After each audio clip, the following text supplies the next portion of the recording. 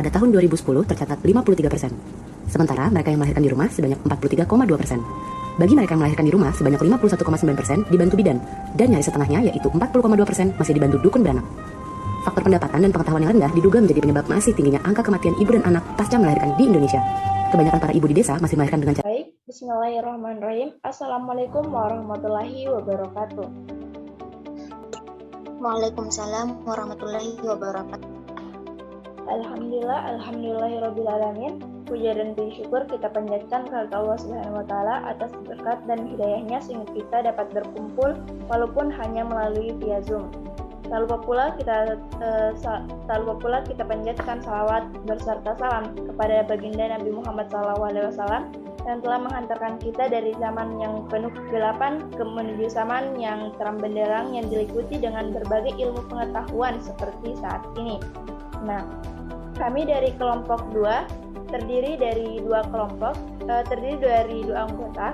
Saya sendiri atas nama Syamsur Junita dengan NIM 70200121105 dan Hairun Nisa dengan NIM 70200121049, di mana kelompok kami akan membawakan materi yaitu pendekatan epidemiologi reproduksi. Membahas mengenai pendekatan epidemiologi reproduksi, maka tak lepas pula dari kita membahas mengenai kesehatan tentang manusia sebagaimana dalam surah Al-Baqarah ayat 222 yaitu A'udzubillahi minasyaitonirrajim. Bismillahirrahmanirrahim. Wa yas'alunaka 'anil mahid qul huwa 'adza واعتزلوا النساء في المحيض ولا تقربوهن حتى يطهرن فإذا تطهرن فأتوهن من حيث أمركم الله إن الله يحب التوابين ويحب المتطهرين. Sadaqallahul Azim. Yang artinya, dan mereka menanyakan kepadamu Nabi Muhammad tentang haid.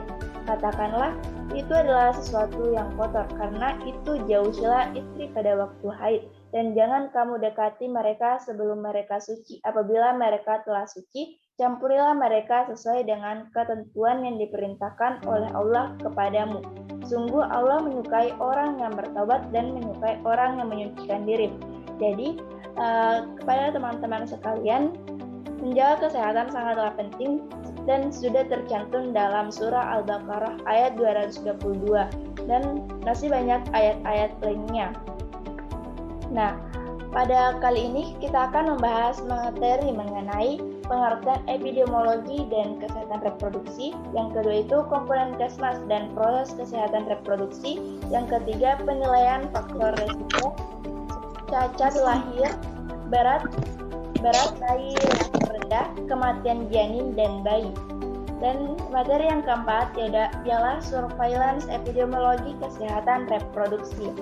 Nah, untuk lebih mengefisienkan waktu kepada Saudari Hairun Nisa untuk menjelaskan mengenai apa sih itu pengertian epidemiologi dan kesehatan reproduksi. Kepada pemateri dipersilahkan.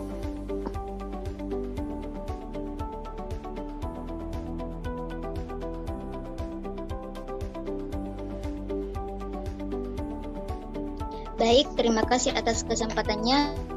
Langsung saja, pengertian epidemiologi dan kesehatan reproduksi, yaitu epidemiologi adalah ilmu mengenai distribusi dan determinan atau dari status atau kejadian terkait kesehatan pada populasi tertentu dan penerapannya dalam pengendalian masalah kesehatan. Adapun pengertian dari reproduksi, yaitu reproduksi adalah keadaan secara fisik, mental, dan sosial secara utuh yang tidak semata-mata, bebas dari penyakit atau kecacatan dalam semua hal yang berkaitan dengan sistem reproduksi serta fungsi dan prosesnya. Adapun komponen kesmas pada proses kesehatan reproduksi, yaitu kesehatan reproduksi yang pertama, komponen keluarga berencana. Nah, di mana komponen keluarga berencana ini mempromosikan KB dapat ditujukan pada upaya peningkatan kesejahteraan ibu dan keluarga melalui aturan jarak dan jumlah kelahiran. Dan bukan hanya sebagai strategi atau upaya kependudukan dalam menekan pertumbuhan penduduk agar sesuai dengan daya dukung lingkungan. Dan yang kedua, komponen kesehatan ibu dan bayi baru lahir, yaitu upaya intervensi berupa pelayanan antenatal merupakan dimensi pertama dari baru pendekatan secara continuum of care, yaitu sejak kehamilan, persalinan, nifas hari-hari dan tahun-tahun kehidupan perempuan. Dimensi kedua adalah tempat, yaitu menghubungkan berbagai tingkat pelayanan di rumah, masyarakat, dan kesehatan informasi akurat. Diberi atas ketidaktahuan bahwa hubungan seks yang dilakukan akan mengakibatkan kehamilan, dan bahwa tanpa menggunakan kontrasepsi, kehamilan yang tidak diinginkan bisa terjadi. Bila jalan keluar yang tempuh dengan melakukan pengguguran, maka hal ini akan mengancam jiwa ibu tersebut. Dan yang ketiga, komponen pencegahan dan penanganan infeksi saluran reproduksi, masuk penyakit menular seksual dan HIV/AIDS. Pencegahan dan penanganan infeksi ditujukan pada penyakit dan gangguan yang berdampak pada saluran reproduksi, baik yang disebabkan penyakit infeksi yang non-PMS seperti tuberkulosis, malaria,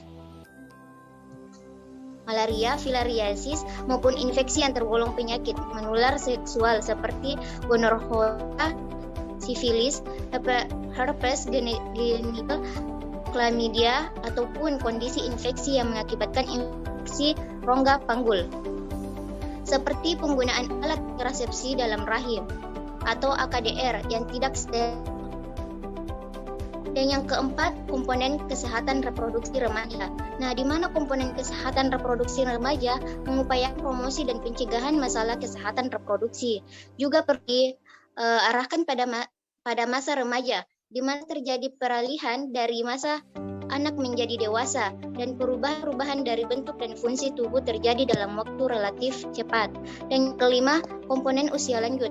Komponen ini akan memastikan tingkat peningkatan kualitas penduduk usia lanjut pada saat menjelang dan setelah akhir kurun usia reproduksi. Upaya pencegahan dapat dilakukan melalui screening keganasan organ reproduksi, misalnya kanker rahim pada wanita, kanker prostat pada pria, serta pencegahan defisiensi hormonal dan akibatnya seperti kerapuhan tulang dan lain-lain. Nah, selanjutnya saya serahkan ke moderator. Baik, terima kasih atas pemaparan materinya. Selanjutnya saya akan menjelaskan materi mengenai penilaian faktor resiko dari cacat lahir, berat bayi lahir rendah, kematian janin, kematian bayi baru lahir yang berumur 0 sampai 28, di mana cacat lahir ini disebabkan oleh faktor genetik atau faktor keturunan, masalah kromosom, gaya hidup dan lingkungan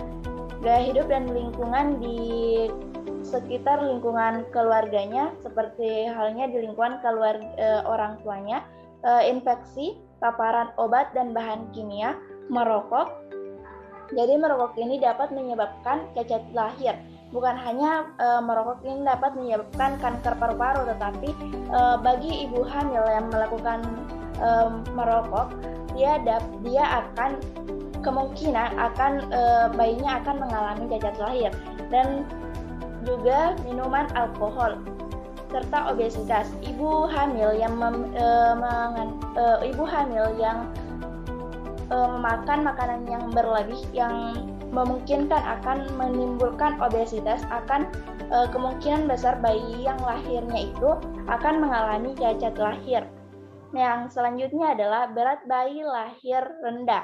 Nah, berat lahir bayi rendah ini dapat disebabkan oleh umur ibu, di mana ibu hamil usia resti itu kurang dari 20 tahun atau lebih dari 35 tahun, yang ini dapat memungkinkan bayi tersebut akan mengalami berat bayi lahir rendah.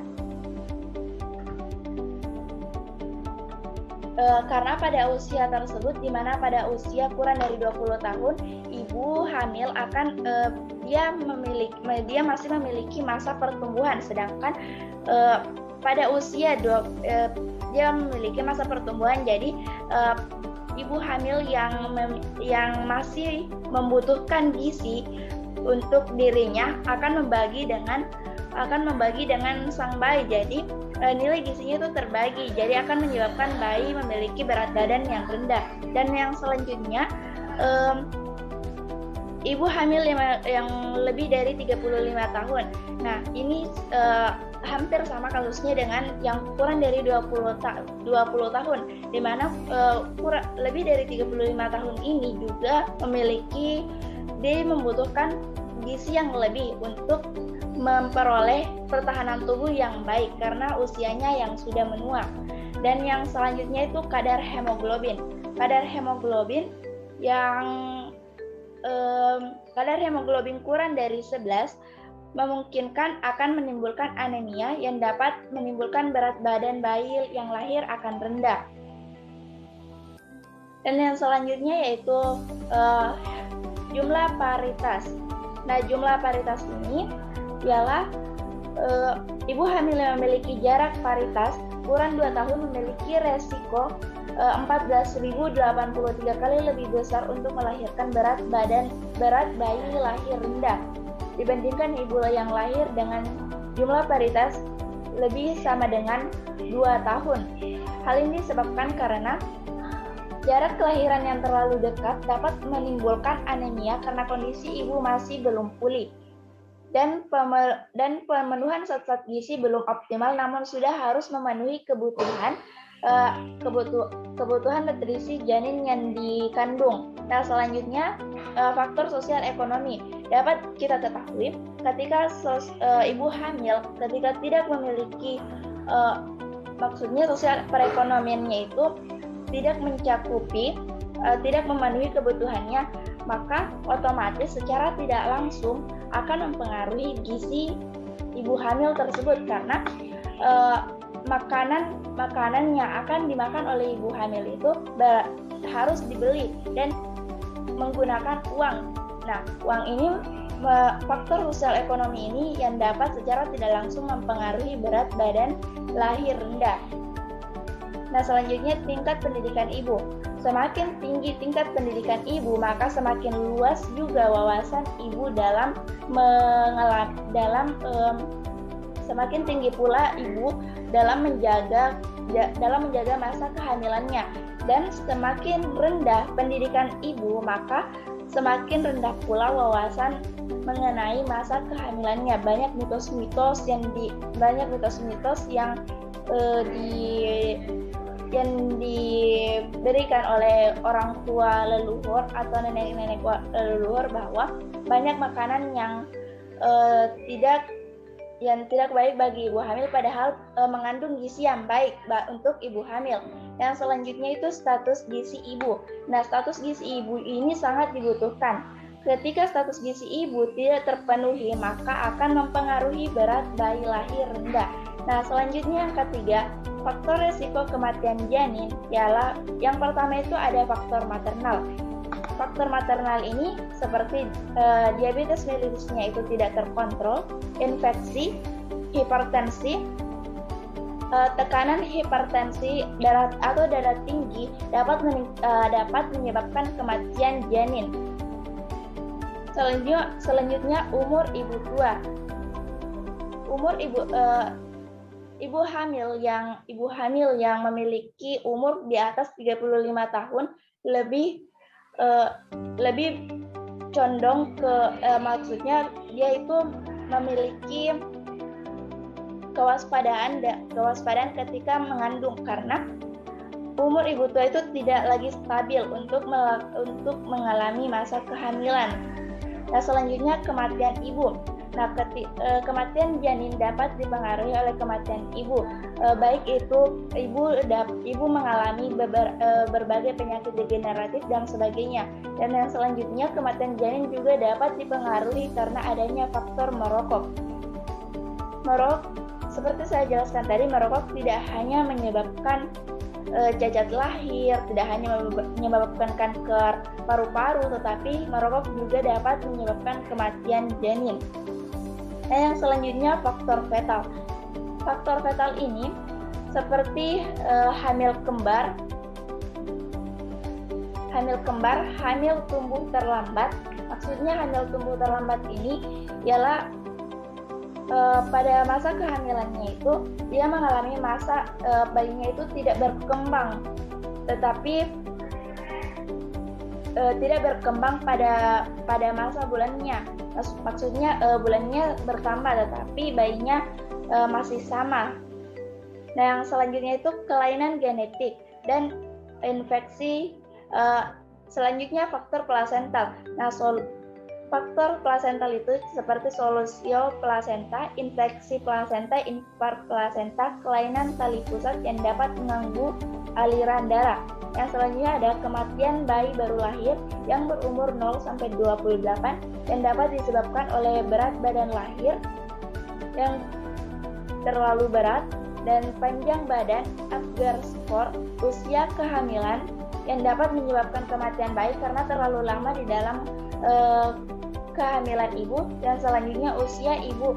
Lagi-lagi usia ibu sangat mempengaruhi angka kematian bayi dan angka berat badan lahir bayi, cacat lahir. Nah, selanjutnya ada kelainan kongenital. Nah, bagaimana cara upaya mencegah cacat lahir, BBLR, kematian janin dan kematian bayi? Yang pertama itu ada asupan makanan bergizi, yang kedua konsumsi asam folat sayur-sayuran seperti bayam, kubis, brokoli, seledri, buah-buahan seperti pisang, jeruk, tomat, melon, pepaya, bit, kacang-kacangan, hati, ayam, dan ikan salmon. Yang selanjutnya ada pemeriksaan kehamilan secara rutin. Pemeriksaan kehamilan secara rutin ini sangat penting kepada ibu hamil karena pada masa kehamilan itu memiliki beberapa tahap pada masa kehamilan dan itu disarankan agar lengkap untuk mempersiapkan menyiapkan masa hari kelahiran bayi nantinya. Dan yang selanjutnya, hindari alkohol selama hamil, berhenti merokok, waspada paparan infeksi, menjaga berat badan. Ibu hamil itu memiliki berat badan lebih dari sama dengan 10 kg, itu adalah berat badan ibu hamil normal. Ketika ibu hamil memiliki kurang dari 10 kg, maka dia mengalami kekurangan gizi. Dan ketika mengalami di atas 10 gram tambahan 10 kg berat badan, maka dia akan mengalami bisa menimbulkan obesitas kepada ibu hamil. Nah, yang selanjutnya yang terpenting pada masa sekarang itu ialah pada masa COVID, yaitu vaksinasi.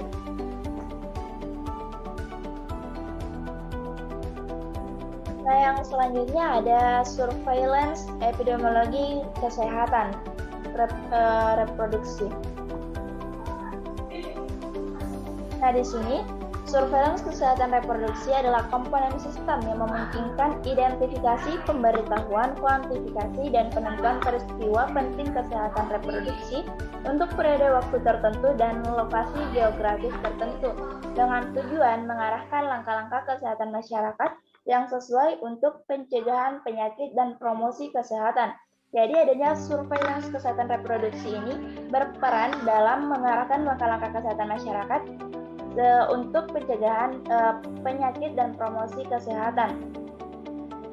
Adapun tujuan dari kesehatan reproduksi surveillance adalah untuk mengidentifikasi atau memeriksa pola kejadian kesehatan yang sedang berlangsung sehingga dapat menyelidiki dan mengendalikan kejadian kesehatan masyarakat yang bersangkutan secara efektif untuk mencegah morbiditas dan mortalitas dalam suatu populasi. Adanya surveillance ini, kita dapat mencegah atau kita dapat meminimalisir adanya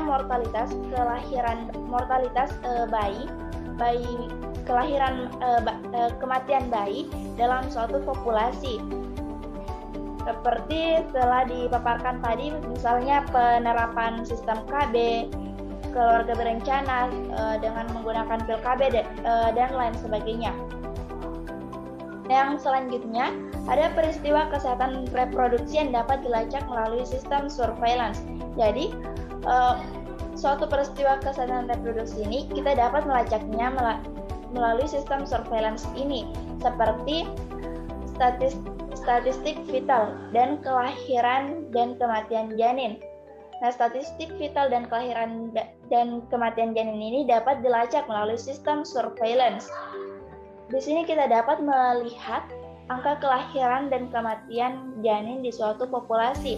Yang selanjutnya, penyakit menular seksual. Seperti juga telah dijelaskan tadi, banyak sekali penyakit menular seksual. Kematian bayi dan kesehatan yang buruk. Yang selanjutnya, praktik kontrasepsi. Indikator pelayanan kesehatan seperti prenatal care, perilaku berisiko selama kehamilan seperti halnya perilaku merokok, perilaku meminum minuman yang keras yang wajib dihindari oleh ibu hamil. Nah, ini dapat dilacak melalui sistem surveillance yang dapat mengurangi adanya angka kematian bayi. Nah, yang selanjutnya, kematian yang tidak diinginkan. Kematian yang tidak diinginkan ini seperti halnya hamil di luar nikah, di mana anak ini yang ketika nantinya dia lahir, dia akan dicap buruk oleh orang-orang di sekitarnya, dan yang akan menekan batin mental anak tersebut, sehingga dikatakan dengan kehamilan yang tidak diinginkan. Yang selanjutnya, ada kematian dan kesehatan yang buruk karena kehamilan, kematian dan kesakitan ibu. Maksudnya di sini ialah kematian dan kesehatan di mana ketika ibu mengalami penyakit degeneratif sehingga mengalami kematian, maka yang dapat dilacak melalui sistem surveillance dari kejadian lain yang berhubungan dengan kehamilan. Nah, yang selanjutnya, untuk mencari data surveillance ini, kita dapat mencarinya di statistik vital, registrasi, identifikasi kematian, data morbiditas, survei wanita usia reproduksi, dan survei rumah tangga. Adapun komponen proses surveillance kesehatan reproduksi itu adapun komponen-komponennya yaitu pengumpulan data, di mana pengumpulan data ini semua data mengenai kesehatan reproduksi akan dikumpulkan dan ketika data tersebut dikumpulkan akan dilakukan surveillance untuk mengurangi angka kematian bayi. Selanjutnya, analisis data surveillance, interpretasi data, komunikasi temuan dari surveillance, melaksanakan tindakan kesehatan masyarakat berdasarkan data pengawasan. Jadi adanya data pengawasan, kita dapat bertindak melakukan kesehatan masyarakat untuk mengurangi angka kematian bayi dan angka kematian ibu. Selanjutnya, ketika semua data tersebut terkumpul, ada yang dikatakan dengan evaluasi sistem surveillance. Nah, di evaluasi ini, disinilah kita dapat menentukan apakah kegiatan tersebut akan dilaksanakan atau akan diperbaiki atau akan direnovasi, dikumpulkan datanya kembali. Ketika datanya sudah baik, maka kegiatan tersebut akan dilaksanakan. Yang selanjutnya ada aspek operasional dalam surveillance. Di sini ada definisi kasus, spesifikasi populasi, spesifikasi periode pengumpulan data, spesifikasi informasi, sumber data, penanganan data, ada analisis data, interpretasi data, stakeholders, dan diseminasi informasi. Nah, mungkin itu saja materi dari kelompok kami. Adapun sebelum menutup presentasi kali ini, adapun kesimpulan yang dapat kami simpulkan yaitu kesehatan sangat berperan penting dalam kehidupan kita seperti dalam surah Al-Baqarah ayat 222, dan pada materi ini pendekatan epidemiologi reproduksi. Pada epidemiologi sendiri ialah ilmu mengenai distribusi dan determinan penentu dari status atau kejadian terkait kesehatan pada populasi tertentu dan penerapannya dalam pengendalian masalah kesehatan dengan kata kunci distribusi, determinan. Selanjutnya, kesehatan reproduksi adalah keadaan secara fisik, mental, dan sosial secara utuh yang tidak semata-mata bebas dari penyakit atau kecacatan dalam dua hal yang berkaitan dengan sistem reproduksi serta fungsi dan prosesnya. Ada komponen kesmas pada proses kesehatan reproduksi seperti komponen keluarga berencana, komponen kesehatan ibu dan bayi baru lahir, komponen pencegahan penanganan infeksi saluran reproduksi atau ISR termasuk penyakit menular seksual dan HIV/AIDS. Yang keempat, komponen kesehatan reproduksi remaja. Dan yang kelima ada komponen usia lanjut. Yang selanjutnya ada surveillance epidemiologi kesehatan yang meliputi statistik vital, kelahiran dan kematian janin, penyakit menular seksual, kematian bayi dan kesehatan yang buruk, perilaku berisiko selama kehamilan, praktik kontrasepsi. Kontrasepsi ini pertemuan antara sel sperma dengan sel telur, indikator pelayanan kesehatan seperti prenatal care, perilaku berisiko selama kehamilan, kehamilan yang tidak diinginkan, kematian dan kesehatan yang buruk karena kehamilan dan kematian dan kesehatan ibu, dan kejadian lain yang berhubungan dengan kehamilan. Nah, di sini sebelum menutup presentasi ini ada sebuah kalimat, yaitu sulit memang jika hasil nyata dari usaha Anda tidak langsung terlihat, tetapi teman-teman harus tetap percaya pada prosesnya dan percaya pada diri sendiri. Nah, mungkin itu saja presentasi yang dapat kami sampaikan. Semoga teman-teman sekalian lebih menjaga kesehatan reproduksinya. Dengan adanya materi ini kita dapat menjaga kesehatan, kita dapat mengambil ilmu, menerapkannya di masa yang akan datang dan di masa sekarang. Nah, mungkin itu saja presentasinya. Lebih dan kurangnya mohon dimaafkan. Wassalamualaikum warahmatullahi wabarakatuh. Waalaikumsalam warahmatullahi wabarakatuh.